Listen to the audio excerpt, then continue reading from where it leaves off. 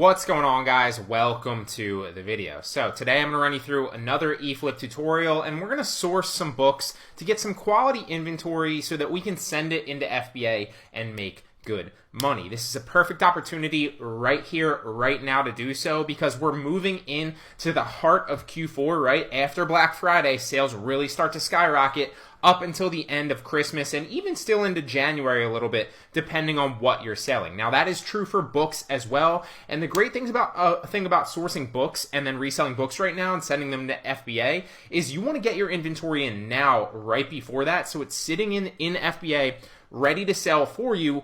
Oh, and by the way, right after that comes spring textbook season. So even if, let's say hypothetically, you source something that was like higher rank, right? That had a good profit margin, right? That profit margin, you might be able to make it even if it's a high sales rank in, January or early February, because that is spring textbook season when a lot of people go back to school for college. And so sales really start to pick up even more during spring textbook season right after Q4. So this is literally the perfect time. There is no better time of year to source books and get them into FBA. So I'm going to run you through a tutorial on how to actually do this today. So eFlip is a software that I use to find book outliers. I've covered this many times on this channel. Highly recommend that you check it out. But the very first thing that I like to do when I log into eFlip is I'm trying to get, as many sales as potentially possible, because I'm going after maximum approval. Maximum approval is, essentially 2,000 sales in a 6-month period. Now, that's speculative. Nobody really knows. But I've heard many people say that if you can hit that number roughly, you can practically request to get ungated in a number of brands and a number of categories. And so that is my goal. I want to test it out and see for myself. So I'm always going after free books and very cheap books just to get sales, right? But I'm also sourcing very, high profit margin books to make money, right? I'm going after both of them. So the very first thing that I do is I'll sort. It starts like this right here when you have your ranks like down here roughly when you log into eFlip, okay?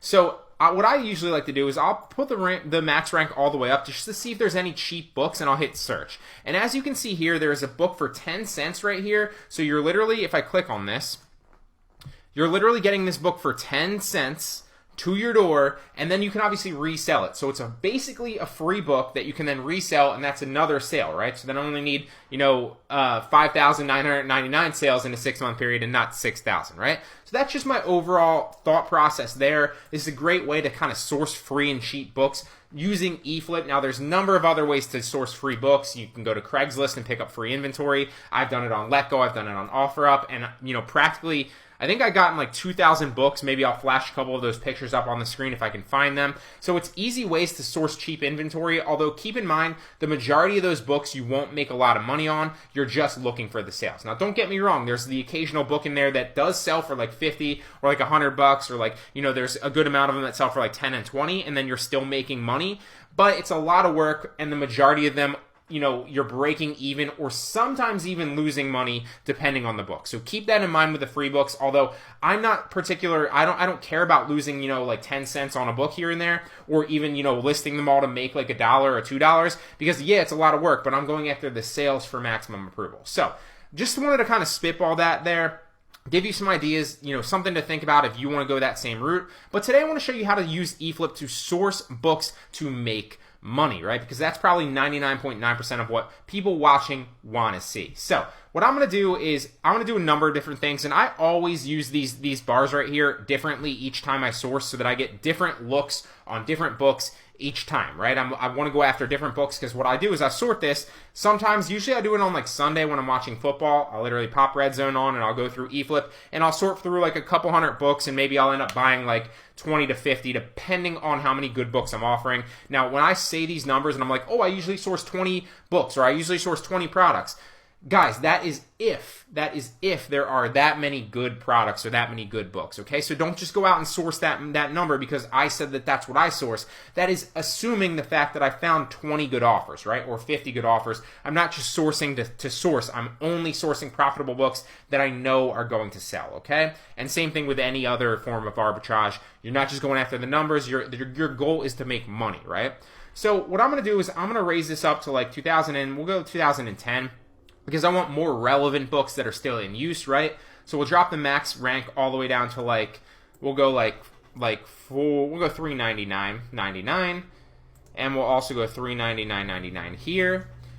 Because books, my usual rule of thumb for most categories is 100,000, but because we're moving into the heart of Q4, what is a 399,000 rank? Well, first and foremost, books sell a lot more, so like something that's 500,000 in books might actually be selling, whereas something that's 500,000 in a different category might be selling literally zero and have never sold before, right? So it's different. Books have a higher sales velocity. Usually, do your product research. Each book is different, okay? But generally speaking, you can sell a book that has a higher bestseller rank because it does have sales. And I'm sourcing these a little bit higher right here because I know firsthand that that bestseller rank is going to drop a little bit as we move into the heart of Q4 and into textbook season. So I'm looking for good opportunities to, source good inventory right now that I can then make money off of in the future. Now, I'm also going to pull up my spreadsheet right here, because I do have a few spreadsheets that I kind of do. And what I like to do is I'll keep track of when I purchased it, how much I purchased it for, all sorts of stuff. When it loads, I'll show you here in a second. All right, so the plan was to show you one of my book spreadsheets that I use to kind of track all this stuff that I buy. But for whatever reason, something is going on with my computer. So not only can I not see my Excel sometimes, but right here, if you kind of look into my OBS, usually you can't. So this is the software that I'm using to record. I literally always use. I have other paid ones, but I still find that this is the easiest and the best to use. So the reason I'm telling you this is something's going on clearly because I can't see any text. There's usually text here that shows like my video, my audio, and then this is like the record button, and I just know that. So something is clearly going on with my computer. I need to reboot it. But we're just going to power through this. We're going to laugh. Team PC, I guess. What are you going to do about it? So I want to show you enough about that. It's just a little funny. I wanted to be a little bit transparent because it was driving me nuts when I was going to flash forward to it. But then I was just like, you know what? The hell with it. I'm just going to move forward because you're here for the books. So $399 max rank, right? So max new offers. I'm not going to change this. Sometimes I do. Sometimes I don't. Usually I do, but I'm just going to keep it that way today. Max trade-in values, no limit. Minimum trade-in value will go like $2, okay? We'll start low. So what I like to do is I like to start really, really broad, right? And if there's a number of searches, then I'll slowly kind of make it specific and I'll hone it in and then I'll sort through, right? But for the sake of just showing you today, I'm going to start really broad and then obviously you'd hit search, right? And if it comes up with a number of different things and you're sorting through some books and maybe you sort like through 10 or 20 and you're not finding a good one, right, then you want to go back and make your searches more specific. So then maybe you'd come up and you'd make this like $2.50, right? Or maybe you make this like $4, right? And that's my approach, but you can approach it however you want. That's just what works for me, okay? So maximum Amazon price, I'm not going to set a max, but minimum Amazon price for a new book, because like I said, you can sort. I've said this a million times, and I have countless tutorials on this channel. If you want to check out the other eFlip tutorials, link down in the bottom of the description. I'll also drop a card up in the right-hand corner right now. So we'll go minimum Amazon price. We'll go like $12. We'll also go minimum new price $12, and we'll go minimum used price. We'll go $3. And we'll hit search and we'll see what pops up. Now, like I said, I like to keep it very, very broad initially. You can see countless tutorials in that playlist of me sourcing through different, different parameters here on these actual checklists. But I'm going to keep it really, really broad real fast, and then we'll make it more specific as we go. So right off the bat, and this is not always the case, but this is what I use to kind of decipher what might be a good book buy and what might not be. So I look for the discrepancy in used versus new, right? Now that is not always an indicator, but it is a good indication of something that might be a good potential profit margin. So we'll pull up let's go through the first one real fast. So Transforming Healthcare, Virginia Mason. And one thing I do like about eFlip as well is if you click one of the books, it'll go gray, right? So then it'll not only show you green, which one you've clicked last and which one you're focused on, but it'll also show you which ones you haven't clicked and which ones you have. So this one's gray, obviously, and if I click down on something else, you'd see that. And the rest of them are still green because I haven't clicked and checked out those books yet. So the very first thing I want to do, right, is I want to see, all right, is it a good opportunity to buy it used potentially, and is it a good opportunity to buy it new? So there's two different things there, right? So the cheapest book right here is used good, and we have a few of them right here at like $6, right up over $6. So then I want to see what the buy box price is, because with books, there's usually a buy box for new and a buy box for used, okay? So the buy box new, there's not really an opportunity there to make a good book, because even if we sell it at $11.49, it's going to cost us more in Amazon fees and shipping in, usually. Let's see if AMZ Scout Calculator works. Of course, it was working earlier. Let's pull up the FBA calculator. A lot going wrong in this tutorial, but we're going to power through it. That's what entrepreneurs do. So what we're going to do here is we're going to come down and we'll take the ASIN or the ISBN for books, right? And we're going to paste that in. Now we want to select one that has the product details in there because we're really just focused on the weight and the size of the book to get a good indicator of whether or not it'll be profitable based on historical fees that Amazon charges for that type of product, right? So our price, and I'm going to show you that this is not profitable buying it, selling used, is about $11.50, right? So we'll say $11.49. Shipping into Amazon, we'll say 50 cents, even though it'll probably be a little bit cheaper because I ship in a bunch of books at once or a bunch of products at once. I never ship one-off books or even like a couple books at once. And the cost of our product, I think, was like $6, right? So just off the bat, we'll show you how unprofitable this is. Net margin of negative $3.35. So clearly there's not an opportunity to buy this used on Amazon, right? And then ship it into FBA to get the buy box and resell it as used. Although you can do that from time to time, right? So another way that you can check used that I do from time to time, but not always, is I'll come into Book Finder right here, and that's going to run the used on the right and the new offers on the left, right? What the heck? Excel's freaking out. So the cheapest that you can get this book used, and make sure always that you're not going after teacher, the instructor edition or the international edition. It must be the same edition that is listed on the product detail page. So no international editions, no instructor editions. Just make sure that you read the description. Just cross that off your checklist of everything that you're checking out when you're buying and sourcing a good book. So this is on Biblio for $3.88, but I'm pretty sure that still would be a bad profit margin. If we put $3.88 in there, it's probably still going to be negative. Yeah, negative $1. So not a good opportunity to buy this book anywhere used and then resell it, right?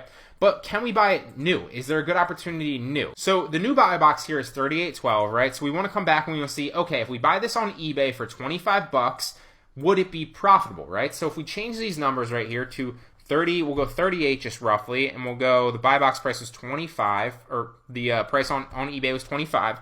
Is it a profitable product? And it is, but barely at 18 cents. So that's still not a good product, okay? And I practically knew that going in because the discrepancy there isn't that great. And I would probably want to go after and look at other and kind of hone down my searches. But for the sake of showing you examples here of why they might be bad or why they might not be good books to source or why they might be, I'm going to keep it broad and show you, right? So now I'm also looking for discrepancies, and this might end up being a good book, but the discrepancy right here in used and new prices, as you can see in these things, is not even close to some of these other ones, right? So I'm not going to waste my time. I'm going to check the other ones first. So I might check this one because that's a $22 discrepancy. I might check this one because that's almost a $40 discrepancy, if not a little bit more. And same thing with this one, right? So the 78. So let's pull up Getting to Know whatever that is real fast, and we'll check that out. So used very good for $11.98 or roughly 12, maybe almost $13 with tax, right? So then we're going to check the buy boxes, right? So the used buy box right here is $29.75, okay? And they have a used good, and we're going to buy a used very good, so a better condition for maybe like $13. So let's take this product ASIN or ISBN. I always say ASIN, but books are ISBN. It's the same thing. It's just the book version of the ASIN, right? So we're going to try another product, and we're going to paste that into the FBA calculator to see if it's profitable. Shipping to Amazon will estimate 50 cents, even though that's a bit high, but I like to be a little bit more conservative just to adjust for any potential pricing discrepancies or changes. I just like to be a little bit more conservative. Our item price, so the item price is $29.75, right? That's the buy box price. And we might even be able to sell it a little bit higher because my metrics are good, my seller metrics are good, and we're going to have a very good book versus a good book, right? So the better, condition and better seller metrics means you can probably sell it a little bit higher price, but I don't like to bank on that. That's something I'll test when I get into inventory, right? I want to make sure that it's profitable for sure ahead of time. So we have all those numbers. What are we going to source it for, right? We'll estimate a little bit over, right? So about $12 plus 72, so we'll estimate about $13. So is that profitable if we source that? And it is, but it's only profitable for about $4.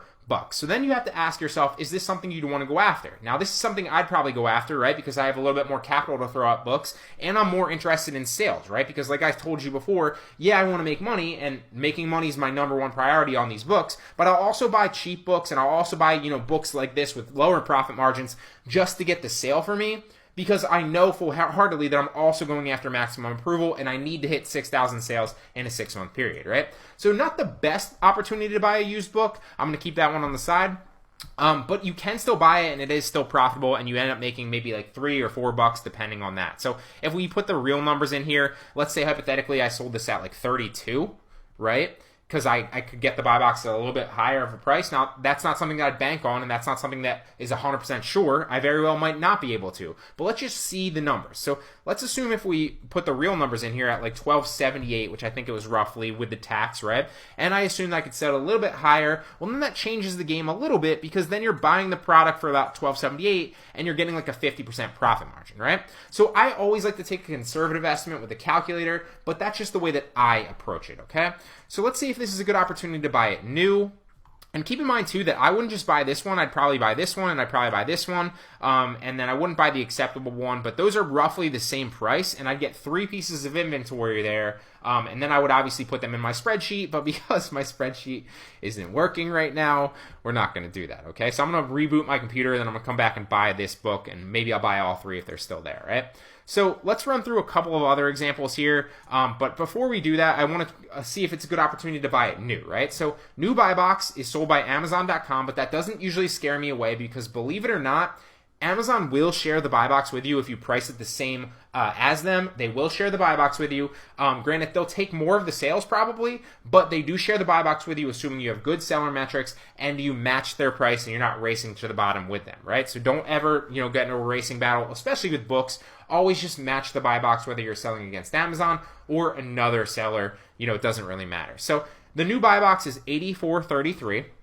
So what we want to do then is we want to come back to this, and we're going to come to the book finder to see if maybe there's a better opportunity to buy this used, so for cheaper than whatever that was, $13, or maybe there's a better opportunity to buy it new and then ship it into FBA, okay? So right here, $11, that might be something I want to look into as well. So I can get this used on eBay, which is cheaper than $13, right? So it's cheaper than the detail page right here. And I might end up sourcing this, so that might be a $4, right? Unless there's shipping here, but I haven't checked that. So that's something that I would check, obviously, but I don't want to waste your time. So that might be another used book that I'll buy. So I'm buying 4 of those, and then my profit margin might be, $16 after buying all those, and I have $4 or 4 sales as well, okay? So those aren't ideal. You guys probably are looking for better profit margins. Let's see if we can find one really fast.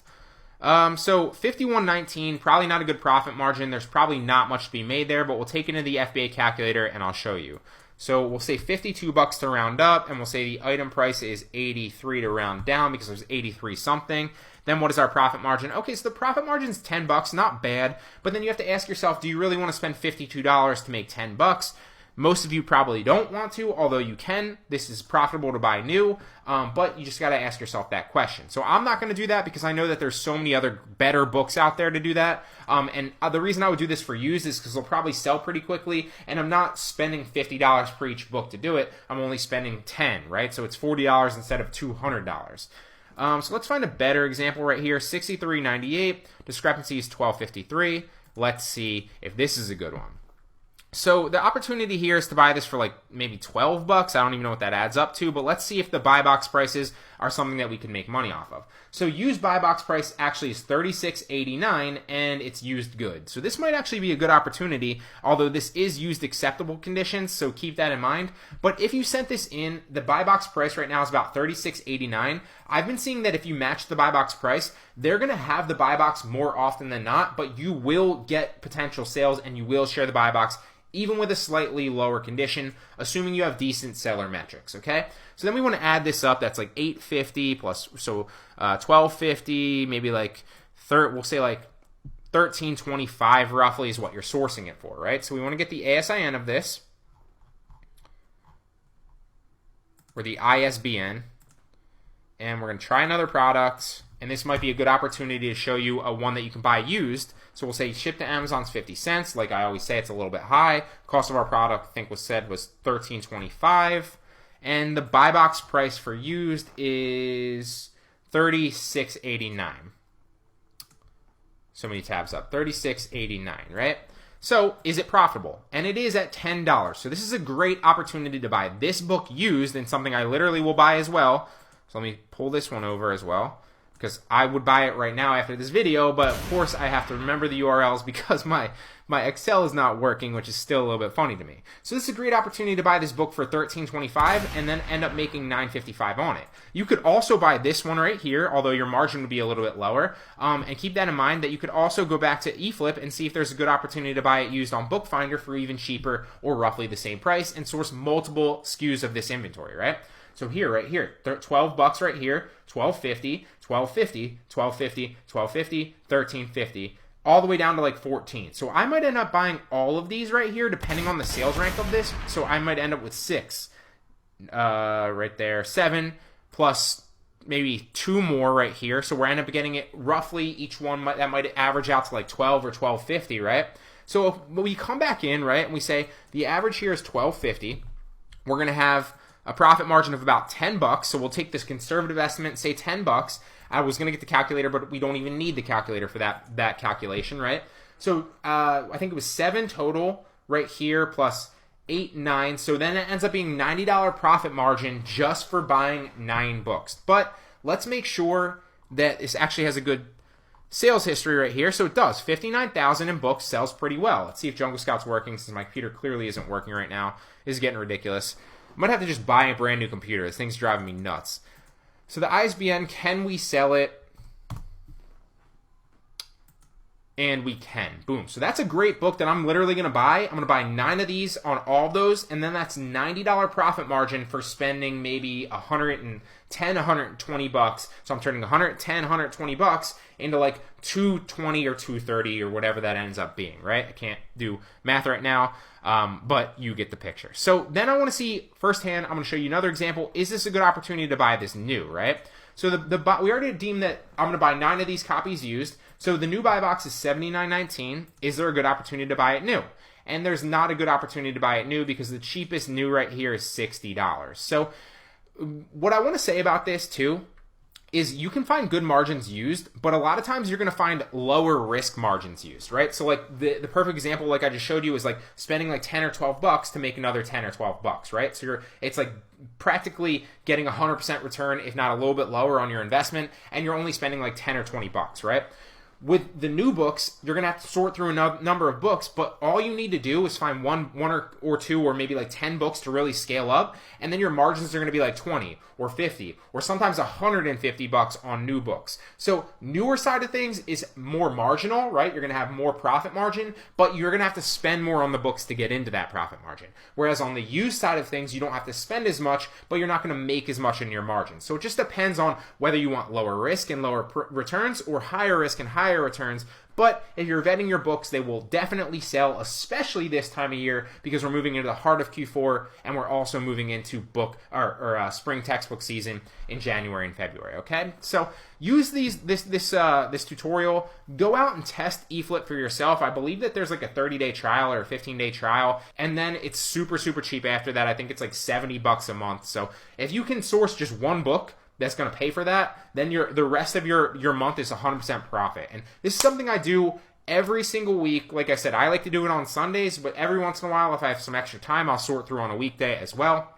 Great way to find good books that you can then buy on other marketplaces or on Amazon for you as used, and then ship them into FBA to make more money. So hope you guys like this tutorial. Check out some of the other tutorials in my book reselling playlist if you want to see examples of my spreadsheet that is not here right now, and examples of me actually using the Jungle Scout software and the AMZ Product Scout calculator as well. So I'm going to end this. I got to reboot my computer, and then I'm going to buy these used books, but I really hope that you got value out of this video.